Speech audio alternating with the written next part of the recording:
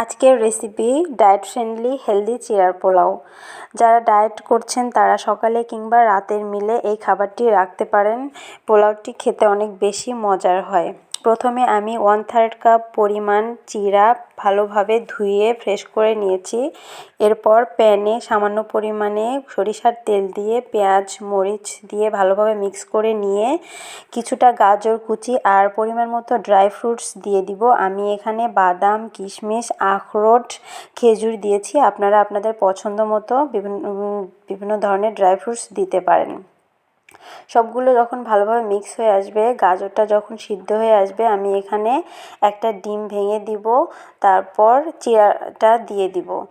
সবগুলো উপকরণ একত্রে মিক্স করে আমি লবণ আর সামান্য পরিমাণে জিরার গুঁড়া দিয়ে ভালোভাবে মাখিয়ে নিব। দেন আমি সবশেষে অল্প পরিমাণে গরম মশলার গুঁড়া দিয়ে পোলাওটি নামিয়ে নেব। যারা লো কার্ব ডায়েট করছেন তাদের জন্য বেস্ট একটা অপশন হতে পারে। এখানে ক্যালোরির পরিমাণ অনেক কম।